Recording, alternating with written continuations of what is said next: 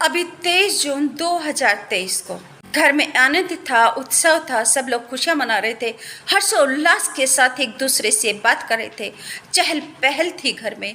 क्योंकि 23 जून 2023 को मौका ही ऐसा था क्योंकि कासनी थाना क्षेत्र के गांव गोकुलपुर अरसेरा में सुभाष चंद्र यादव रहते हैं और उनके घर आज उनके मंझले बेटे की शादी थी।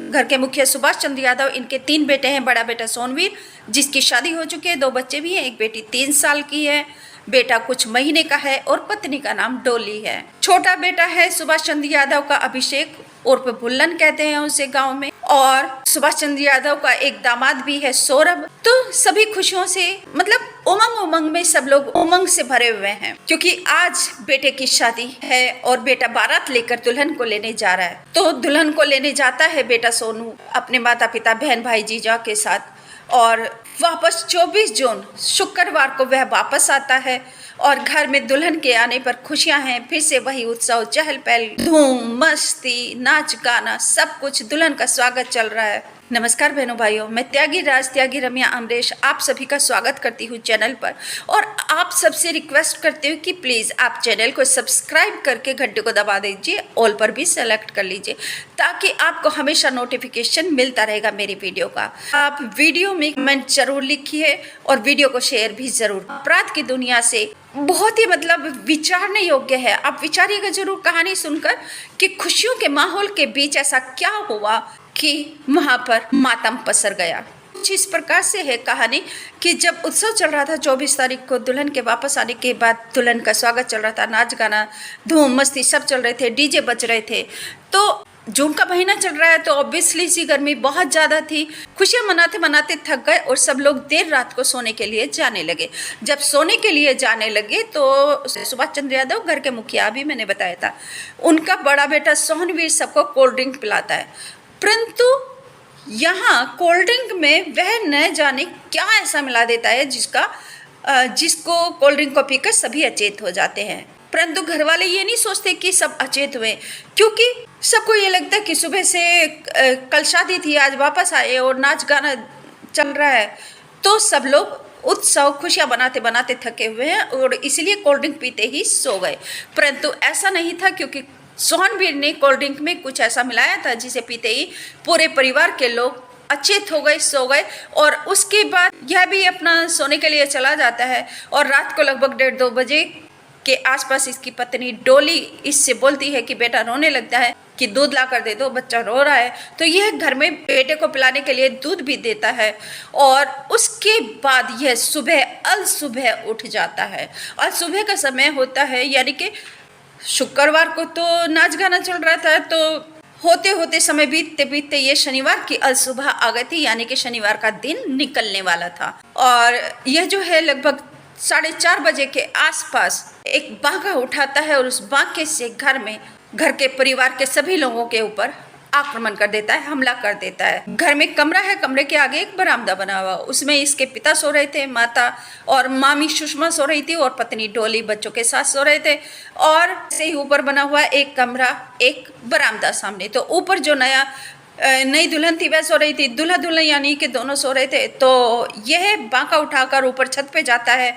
भाई सोनू 23 वर्षीय दूल्हे की भी हत्या कर देता है, दुल्हन सोनी की भी हत्या कर देता है, जीजा बहनोई सौरभ की भी हत्या कर देता है, बांके से काट डालता है।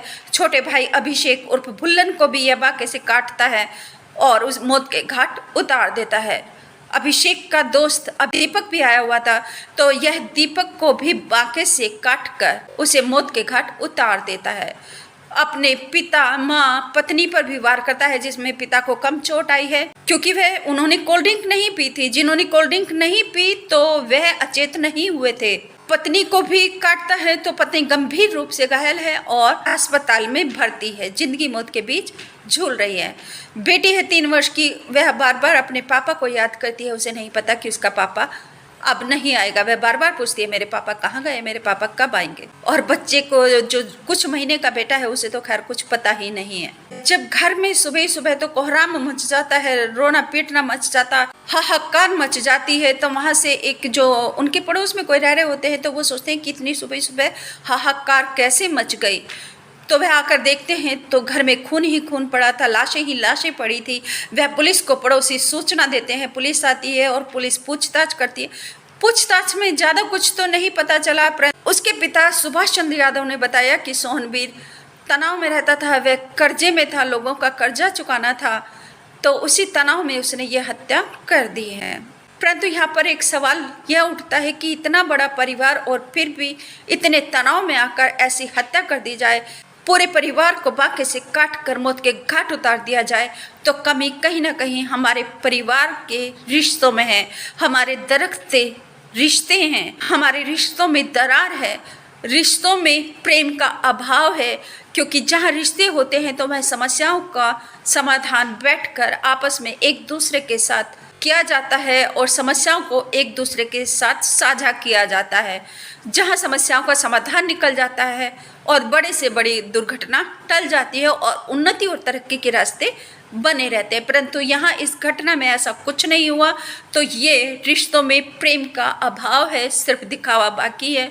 तो आप सबसे निवेदन करती हूँ कि प्लीज़ अगर आपको कोई भी तनाव है, कोई भी परेशानी है, तो एक तो घर में बैठकर आपस में बातचीत जरूर करें, समस्या है उसे एक दूसरे की जानकारी में जरूर लाएं, एक दूसरे के साथ साझा जरूर करें और अपराध से सुरक्षित रहने के लिए सावधानी से रहिए, सतर्क रहिए, क्योंकि सुरक्षित रहने के लिए सावधानी से रहना अति आवश्यक है। और आपसे पुनः निवेदन करती हूँ कि आपको वीडियो पसंद आया तो चैनल को सब्सक्राइब करके घंटी को दबा दीजिए, ऑल पर भी सेलेक्ट कर लीजिए प्लीज़।